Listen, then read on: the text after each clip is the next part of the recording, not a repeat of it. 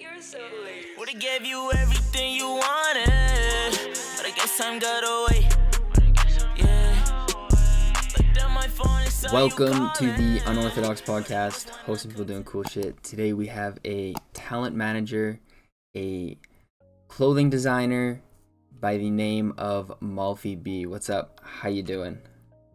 Hi, thank you so much for having me. My name is Michaella. I also go by Malfyb. I respond to pretty much anything because no one knows how to pronounce my name or spell my name. So really whatever you want. But I'm in LA. I work with multi-talented content creators. And I am figuring out how to build out multiple sources of revenue for the talent that deserves it the most. Word, that's what's We're up. playing Connect 4. And this is the first time we're playing Connect 4 on the channel instead of CODs. We'll see how this goes. Yeah, I didn't have the Xbox set up, so here we are playing Connect 4. We'll give it a go. So where are you from and where are you at right now? I'm from Boston originally, and I live in LA right now. You're living in LA, so how does one start a talent management company? Like how did that come to be? Like how did you just get up one day and you say I want to do this and you did it, or like how it seems? Oh, shit! Yeah, that was a bad move on my part. I'm talking to myself. It's been like a very interesting journey. I worked at different record labels under Sony for a while, and basically while I was there, I learned a ton, but I also didn't love how artists were treated as products. And as a clothing designer myself and artist, I paint. I just think that artists need to be really like the center of every conversation and have their voices heard. So it kind of was just like I left right before COVID. I left Sony right before COVID, and So you haven't been doing this very long then. no, I haven't been, but it became like a very natural evolution for me because I'd gotten very into the digital space and how artists can be using TikTok and Twitch and Triller. I'm like, I have to focus on my Connect 4. There we go. People don't realize like how hard it is to like conceptualize ideas and stuff and talk and like play games and stuff at the same time. It's funny. Well, I'm super competitive, so I'm not trying to lose Connect 4 over here, but at the same time, I'm here to share my journey with you, but not at the expense of losing Connect 4, but we'll see. But sorry, where were we? I haven't been doing this very long, but it was a pretty natural progression. Like I didn't wake up one morning and decide I'm going to manage talent. What happened was when I left Sony, I started consulting for different labels, independent artists, and I was a product manager at record labels, so I would decide how much money was being spent on all marketing efforts and would hire people to run TikTok campaigns, and I was never happy with how they were run, and I would always joke, I could do this better myself. And so I actually ended up getting an opportunity. Oh no! Smoked. No. Anyways, do we rematch? Rematch, yeah. Run back. So I got an opportunity to run a music campaign myself, and that's kind of where it just all started. But I also used to like run around parties in LA and talk to artists about making a TikTok. I'm like, it's really important that you build a digital presence, and especially TikTok, because you can get the growth is crazy on there. Yeah, exactly. Like it's just like if you put the time and effort into it, you can grow so much quicker than on Instagram, and especially like you can show different sides of your personality on TikTok, which like as an artist, that's really important right now. And like people want to know that you're a real person. And it used to be like this whole like facade, like the whole like artist image, but now it's people want to see real. Yeah, the personality and stuff. Yeah, so my artist background, I'm still like heavily involved in the music industry, but now involved in multiple different industries, and from Sony, definitely kind of like I learned about like how I don't want to treat people sometimes. Yeah. That was my the job I actually ended up quitting, and that was at I have great things to say about the majority of my experiences at Sony. However, the last company that I worked at that cared about volume over oh my god, did I just lose? I'm losing again. This is terrible. Bro, I'm not very good at Connect 4 either. Yeah, you're beating me every Bro, time. I don't know how I won. I set myself up for failure, apparently. But yeah, basically it became a pretty natural next step. So I was running music campaigns, and then I started building out this whole network of content creators.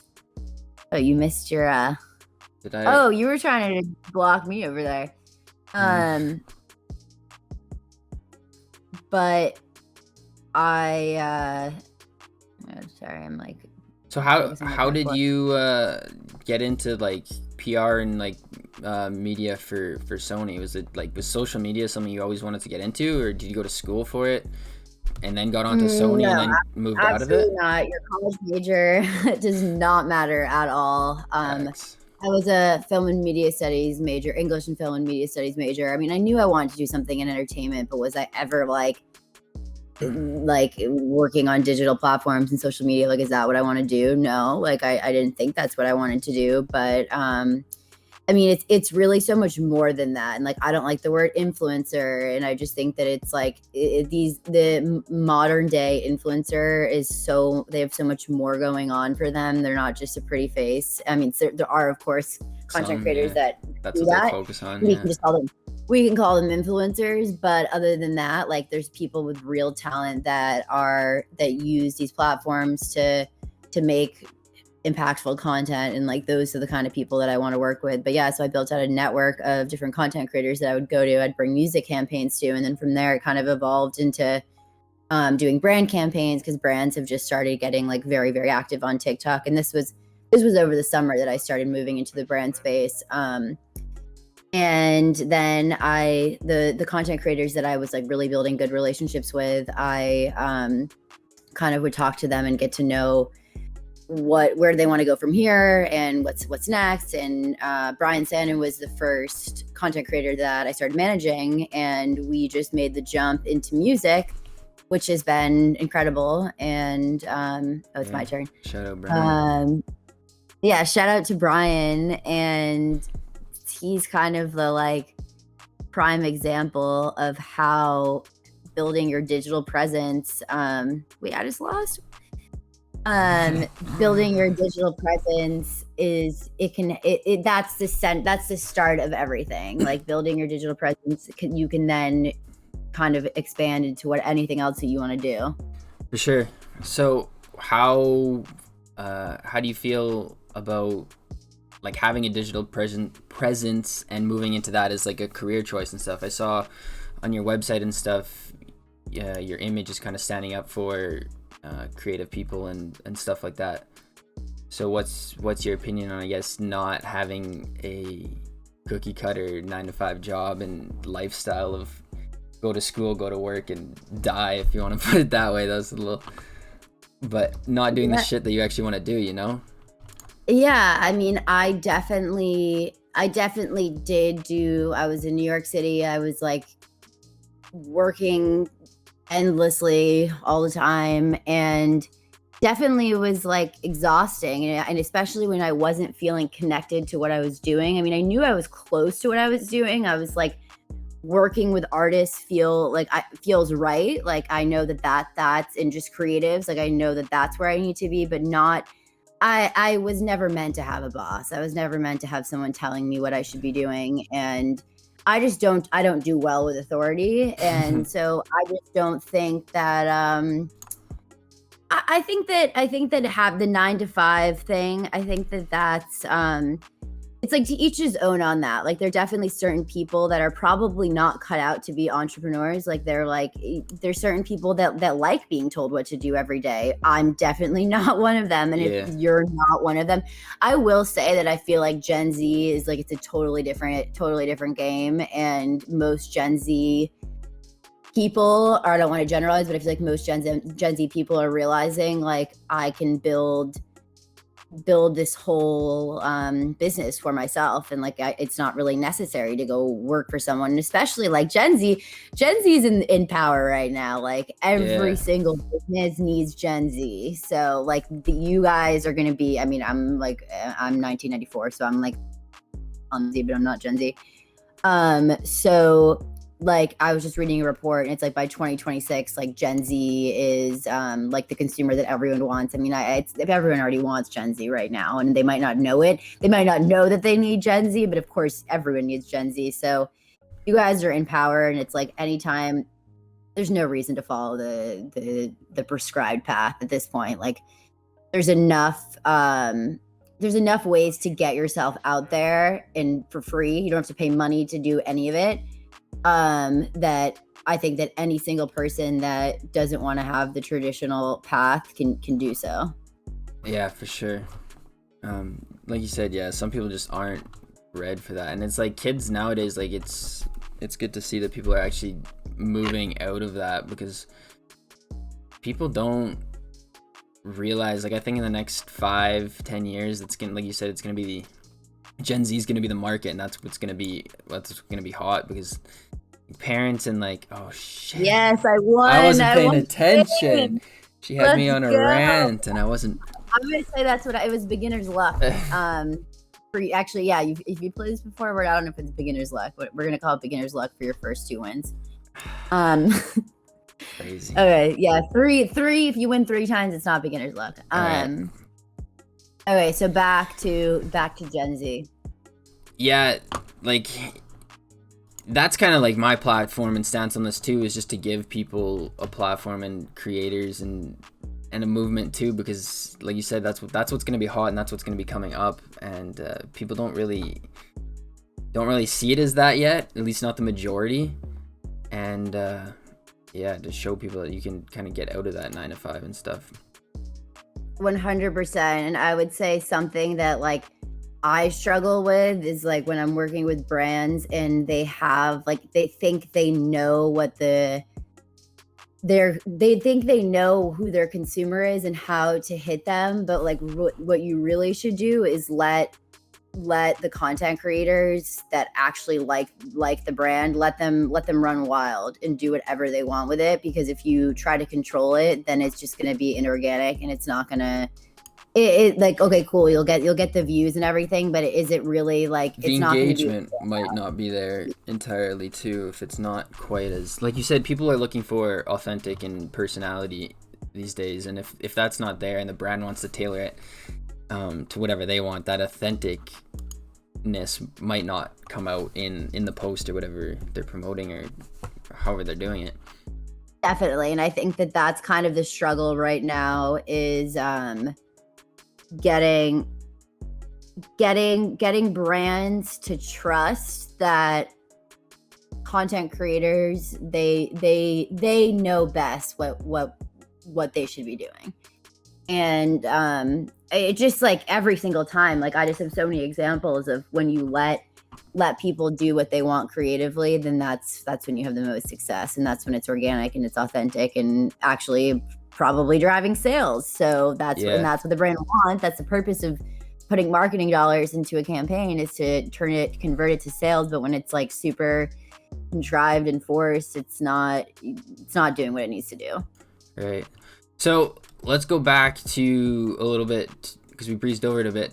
You starting the talent organization. How are you connecting with people and making this? Were these all connections that you kind of made through Sony first, or like how did you find Brian, and was Brian your first person you started managing, you said? Yeah, Brian was the first person I started managing. I don't think he was the first content creator I connected with, but what happened? Oh, I just lost? I was not even paying attention. 3. Okay, so that's not because anymore. What? How did I lose? I in the beginning it was like I had like pretty interesting songs that I was working that very specific markets that like so I would just go on TikTok and look up like I don't know. I think it might have been like couples is what I needed for my first campaign. So I went and just like found them, would go on their TikTok, go to Instagram and look for their email. And generally speaking, like I mean, I think I would look to see if they were already represented by someone, and if they were, then especially when I would have small budgets to start with. So like if someone's represented by someone, the budget's always going up. But like not that I ever want to undervalue a content creator, but in the beginning, I just know I'm not. When I have a small budget, I can't afford someone that is gonna have someone come back and be like $10,000 for them to do a music campaign, and I'm like, that's bigger than the budget right now. So that's how I started. So I just started reaching out on email, on Instagram, and just connecting with different people. And then Brian and I hired him to create a dance to a song is how it happened. And I actually I had been the product manager for these artists, AHD and CEO, that Brian grew up dancing with. He's known Zay for like, I don't even know how many years he said, but a really, really long time. So I was like, oh, by the way, like saw you know Zay. And he was like, oh, that's one of my guys. Yeah. And so he like asked Zay about me, and Zay was like, yeah, you should connect with her. So from there, we just kind of started developing more of a relationship than we're just doing this dance campaign. I was kind of like, what else do you want to do? Like, what do you want to do? And Brian just has so many different dreams and goals. And it was like, we're just getting started right now. Like he just has the #1 song on Triller 2 weeks in a row. 200,000 videos to his song on TikTok. And it was in partnership with a brand too. So that's the most like authentic, like that. If that doesn't show you that when you let the creators come up with a concept for a brand that like that, you're gonna have the most success, and I don't know what will. That's beyond proof of concept happening with that one. But yeah, it definitely started with Brian, that I realized like there's more to this than just these one-off campaigns. So yeah, you just made how did you convince him, I guess, then to, I don't know if convincing is the right word, but to actually say that you wanted to manage him and stuff?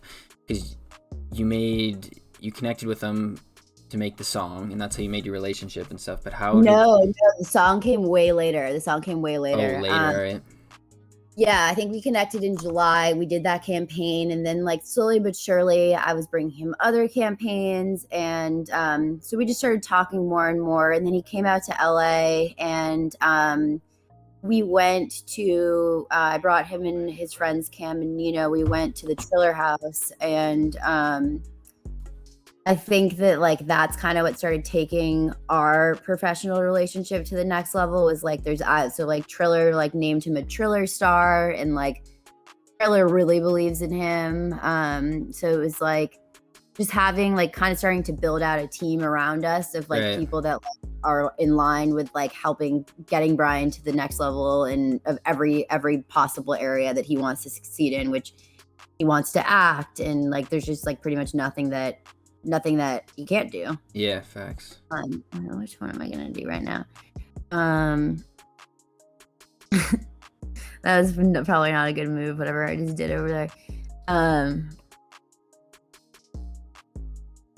But yeah, the song came way later. That was like, gotcha. Honestly, with dancers, there is a really big issue with not crediting dance creators, and especially Black content creators. Like everything starts, like Black content creators are generally the originators of all of the trends on TikTok, and especially the dance trends. And people then start doing the dances, aren't tagging them, and then it's kind of like other people are getting followers and views off of I was talking to Brian about that, and like that's just the cycle of TikTok. And I'm not saying it's okay, but that's just like how it's been going. Like even like someone comes up with a crazy idea and they're typically small, and then they post this crazy idea, and then someone that's got followers takes it, and then they do it before it blows up, and then they, like you said, they get all the credit for it, and it's a really bad cycle. And like even it's definitely a really bad cycle. Even with this, like I'm so scared someone's gonna take this idea, because I'm like trying to like branch out and get bigger people on and stuff, and I'm just so scared that I'm gonna message someone's gonna see the idea and they're gonna take it that's bigger than me and run with it. No, it doesn't even matter, because like you're the original, like this is an original idea that you created, so no matter what, people aren't going to be, they're not going to be able to replicate it the way that you do. I hope so, because like, it doesn't feel that like crazy of a concept, but no, but I've never seen anyone doing it. So, and I actually mentioned it to, I was with this artist, it's also a gamer, last night, and she was like, that you should probably interview her. She was like, that's so cool. Like, I love that. So I think that you have a really good idea here that, oh my God, I'm like screwed right now. You're not going to go there. Yeah, no, but yeah, I think if you got creative people and stuff too, I appreciate that, like to the end of the world, that you are recommending it and stuff. You got people to pass on. I'm always game for that, and to collaborate with people, even if we're not like crazy in the same areas, just to like kick ideas around and collab with people and work together, because I think that like that's how you're gonna grow, and that's how you're gonna make relationships, and networking is so key in this definitely industry. I mean, you're definitely already on, like you already know the key things, like networking and building these real relationships are really important, especially like you supported Brian in the early phases of everything, so it's like we're not going to forget that, you know.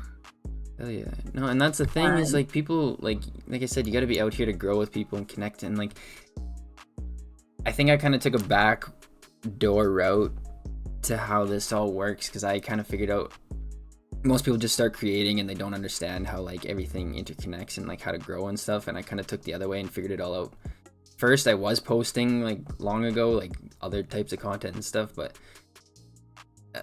definitely was more focused on figuring out how it all worked first, and then like perfecting something and getting an idea down. Yeah, which is definitely really smart. You kind of figured out your like proof of concept, and then I've been able to just keep doing it. Oh shit, where do I go? I don't know what's going on. It's so hard. I know, yeah, I go on a rant and then I lose where I was like planning. I know, this is a weird thing going on in this game. So do you manage multiple people then, or are you just on Brian right now? You said you're creating like a network, so is that that's an interesting question. I'm building out anyone that I am building out multiple sources of revenue for. I will manage, and I do want to have like a professional contract done with that. But other than that, I don't believe in contracts if we're just doing brand and music deals, because I take my percentage, and there's no reason to. I want them to be able to make as much money as possible, so locking them in to a contract and like I want to be able to know that I can do as much for them as possible, and that like it's a right fit for both of us. So I'm never in a rush for that. And what's going on here? So for you, is that typically how it works? You bring them a brand deal. You say this is the percentages that we're gonna do, and you kind of work it out that way. Brian takes his, yeah, and it definitely does. I've kind of been connecting with people that have more like they are using TikTok as a means to get to their next thing. So when I find people like that I like believe in and align with, like those are definitely the people that I do want to manage and I want to work long term with. But it's more so like I'm always not in a rush. Like I want to make sure that they trust me, and I like to see their work ethic. Like it's pretty much like I want to make sure this is mutually good fit for all of us. For both sides. So yeah. I definitely there definitely are times where like I'm probably like I manage a content house. Can you talk on your content house? Is it a thing already? Like, do people know about it? I don't know. You might not know about them. They're 4 couples. It's called the Couples Crib.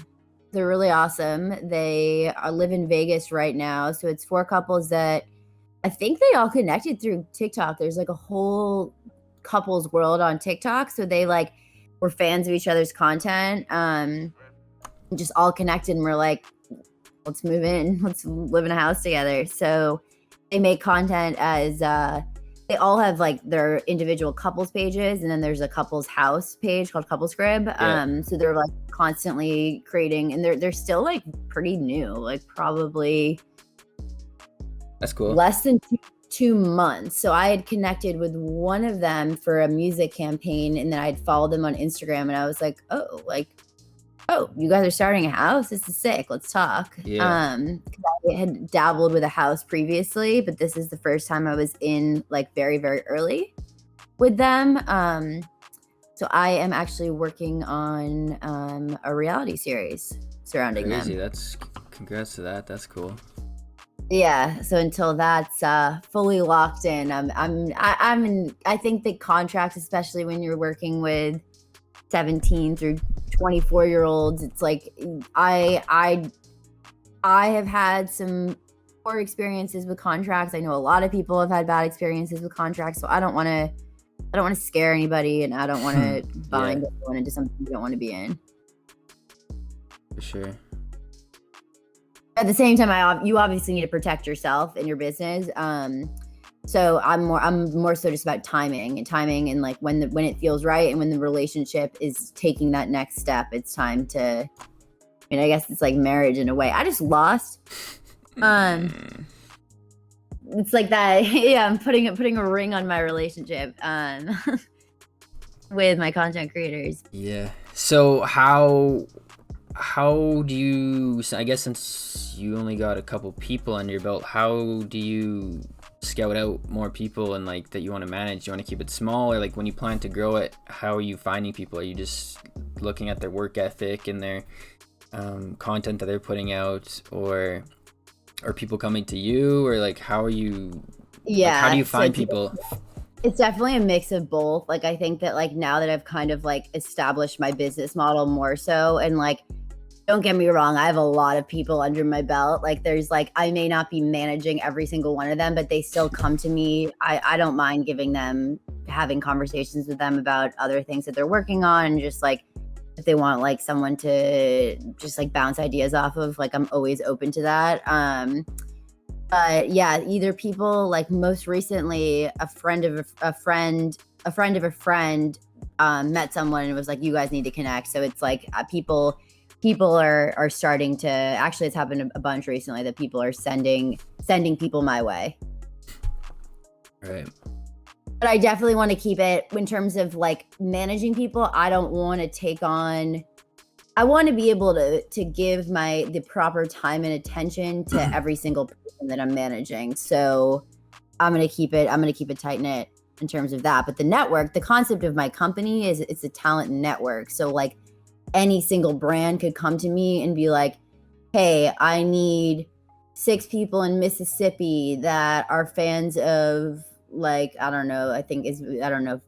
Panera, say Panera, like I need 6 people in Mississippi that like Panera, and I need 2 people in South Dakota, like whatever.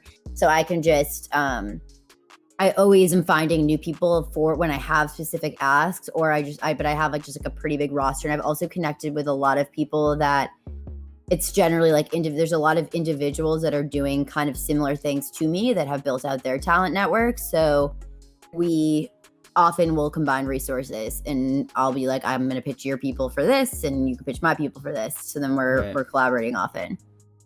Right. So for let's say someone wants to take their social media to the next kind of step, and they want to find a manager and stuff, what do you recommend for them to like find someone or branch out to that next kind of step of their career? I think that sorry, I'm just got distracted for a second. I think that don't don't focus on finding a manager. Like, I think when the timing is right, the manager finds you. Like, Just I like, think that yeah. anytime that you're out seeking something, it doesn't find you. You kind of have to like just do the work. Just do the work and focus on your content creation. And like when you kind of like stay focused and stay humble and like on paying specific attention to your brand and what kind of like just staying true to yourself, basically. I think that the right people find you. Yeah, I agree. Same I know that thing is like goes back to the relationship thing and just letting it kind of happen and not forcing anything. yeah, I guess it's and it's like I think that that's just because like all the concepts that we're talking about, it is like they're all relationships. Like it doesn't matter, Facts. romantic, professional, whatever. Oh shit. Hey, I won. Yeah, I think that I think that if you want a manager, I think it's about consistency too. Like if you want to take this seriously, like it can't just be like a thing that you like occasionally you post on TikTok like once a week, like, or you post on Triller. Well, I love Triller, so we're going to talk about Triller because I love them. They're my people over there. So, and I think that Triller is a platform that people definitely overlook, and it's something that I think if you are the right kind of content creator, then they'll support you, and if you guys are connecting, then it's great to have that kind of personal support and belief around you, which like I definitely don't think TikTok may offer that, but in my experience they haven't offered that for anyone. Why did I just do that? Yeah, TikTok. They haven't offered that for anyone I work with. Yeah, TikTok. I think because they're so big. They don't have time. But bro, the biggest thing with me for TikTok was their guidelines were just so weird. Some people are allowed to post things and other people weren't allowed to post it even though it was the same thing. Like, I don't know, like some of their stuff of just like someone would have a Nerf gun and it would get taken down, and someone else would use a Nerf gun and it would get 1 million views, but yet it's got a gun in it, so it's against their rules and stuff. And like, yeah, I got banned on TikTok for like a week I didn't even post anything like bad. My account just got banned, and after that, like it just put a bad like. That's been happening to a lot of people recently, and I honestly don't know what's going on. Like I don't know why that's happening.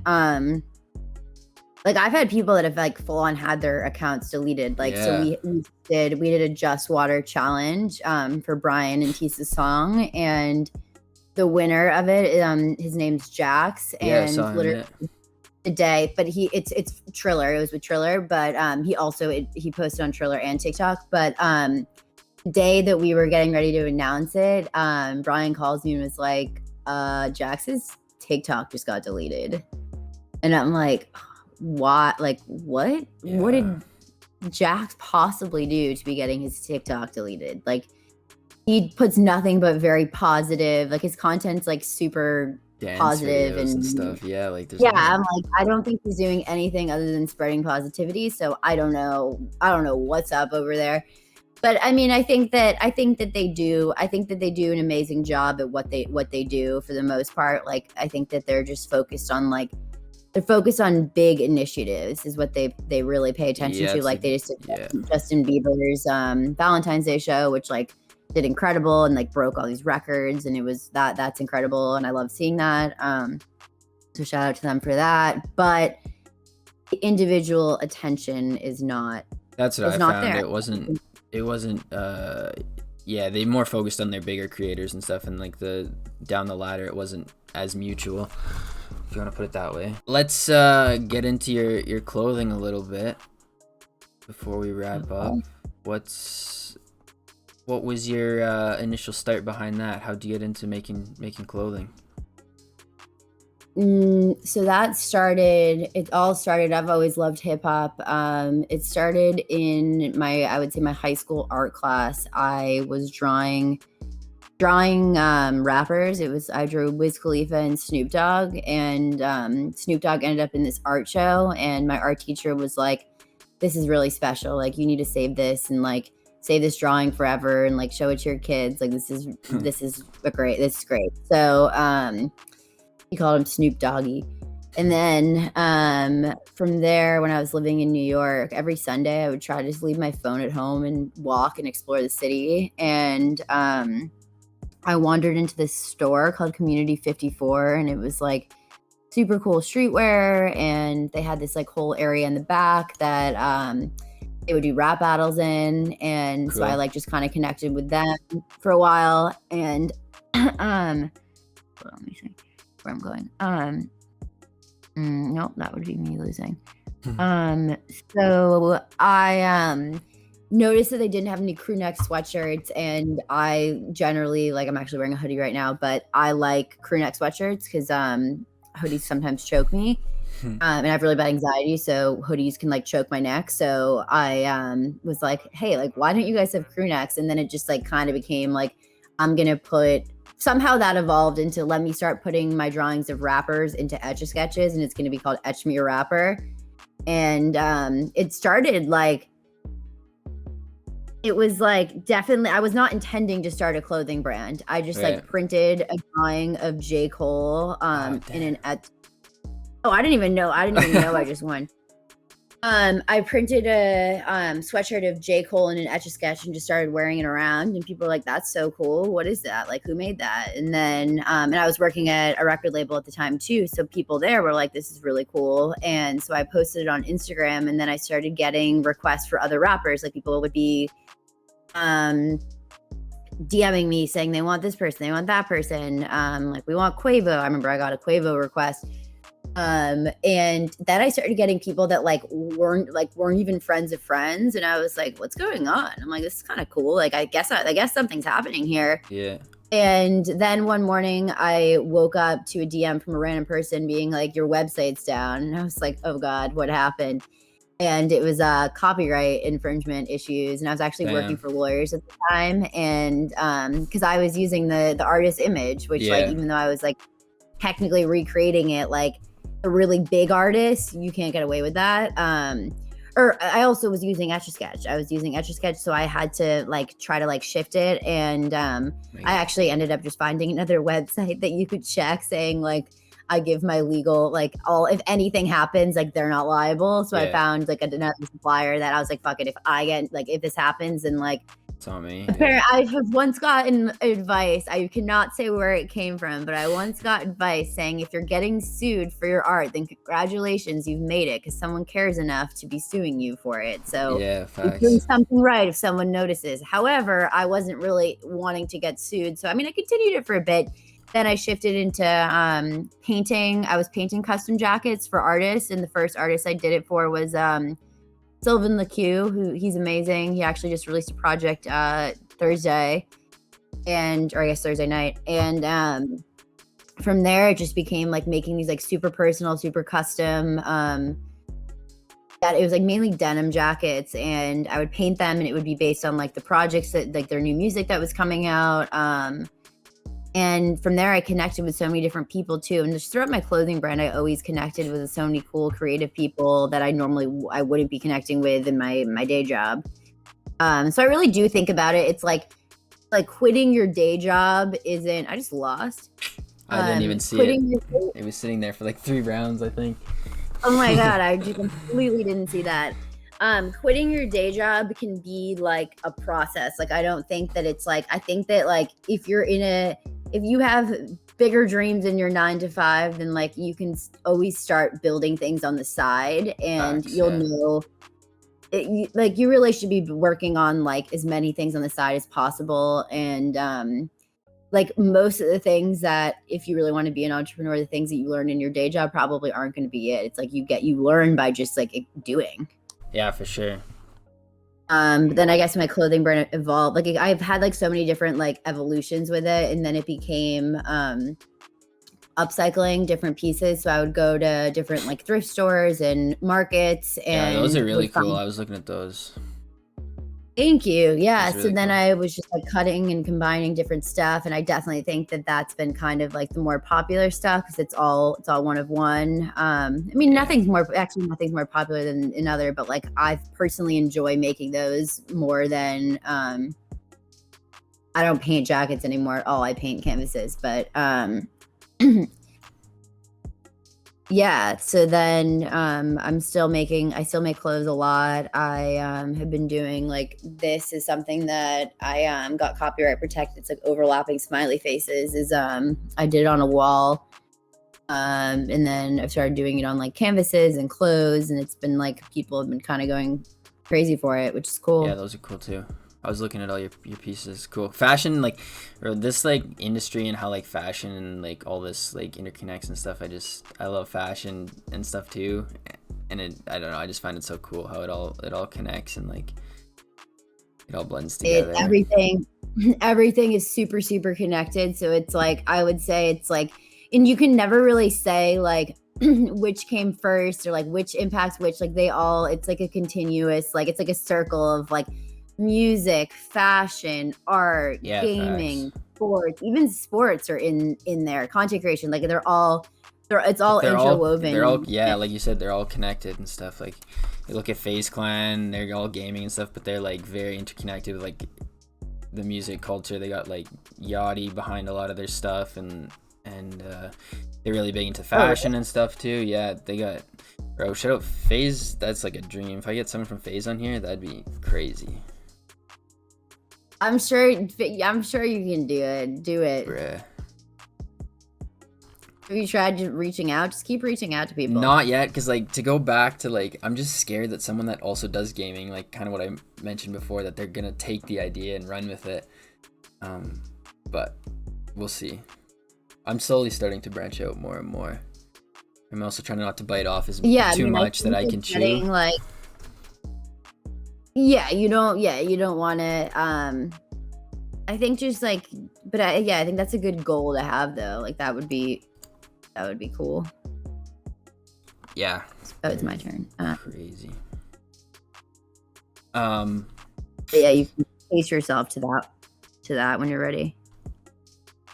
Yeah, and then sometimes it's hard too, because people be like messaging saying they're gonna do it, and it's like, okay, we'll do it, and then when it comes down to it, it's like they don't reply the day before, and someone's like, well, damn, I could add other people, but then it's like, okay, someone didn't answer last weekend, so like I need to maybe try and get like 4 people lined up for this weekend, because I know like a couple of them aren't gonna answer, so like, but then all 4 of them say yes, and it's like, oh shit, I gotta like bounce this around or something. Right now it's like, it's not big enough that people are like, yes, I need to be on this, and I can guarantee that they're actually gonna come on. So it's at a weird place right now when I message people. But well, I think that's a work ethic. I think that ties into people's work ethic, to be honest. If people like at any, I think even at like, if people are at a level in which they're growing and they're trying to develop, they should not be saying no to any sort of opportunity that could get them a new audience and exposure that they didn't have before. So that I think that's a work ethic thing. Like they're probably just lazy. That I agree to a point, but for someone like me to offer, even like Brian, I was like so thankful that he came on, because I don't have a new audience to offer Brian, right? When Brian came on, I had 15 subscribers on YouTube and like 900 Instagram followers. There wasn't a whole lot that I could offer back to him, and like I said to him, I will help you however I can help you. Just because you came on, you helped me.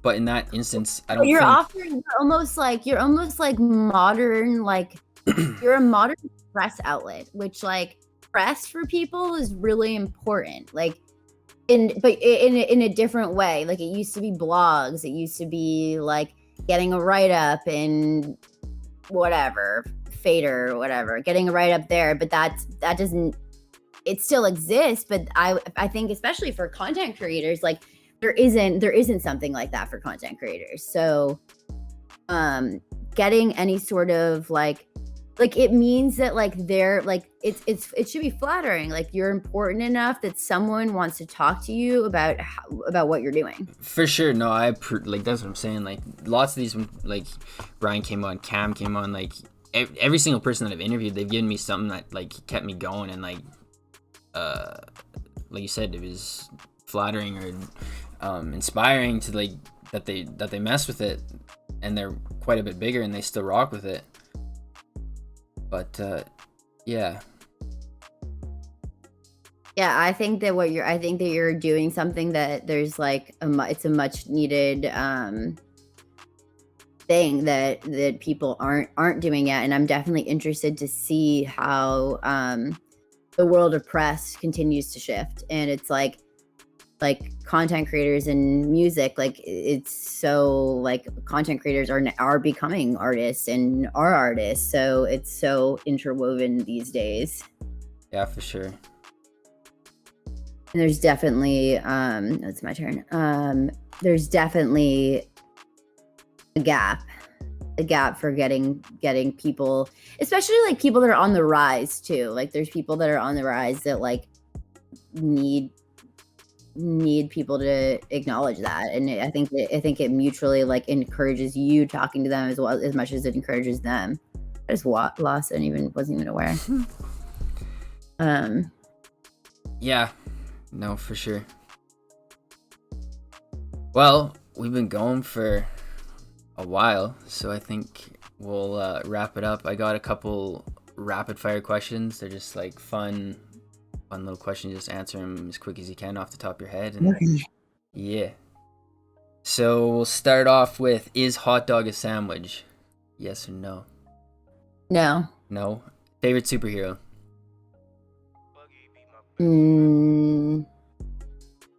Batman. Go to fast food? McDonald's. Go to chocolate bar? Lily's chocolate bar. I'm plant-based, so Lily's. Lily's, I've never even heard of that. Do you put the ketchup... Plant-based chocolate? Yeah. Do you put the ketchup on or beside your fries?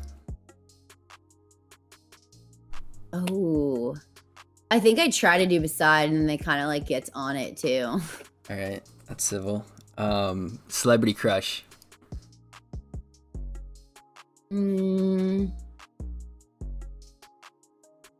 What's that guy's name? I always forget his name. I think he's kind of old actually. He's in Westworld. I always forget his name, but I love him. James Marsden. Word. That's what's up. All right, if you want to plug anything, go ahead. Plug your Instagram. Your Malfyb. Malfyb. It's pretty bad I don't know my celebrity crush's real name, but that's okay. I'm pretty sure it's James Marsden. Word. Malfyb. Yeah, Malfyb.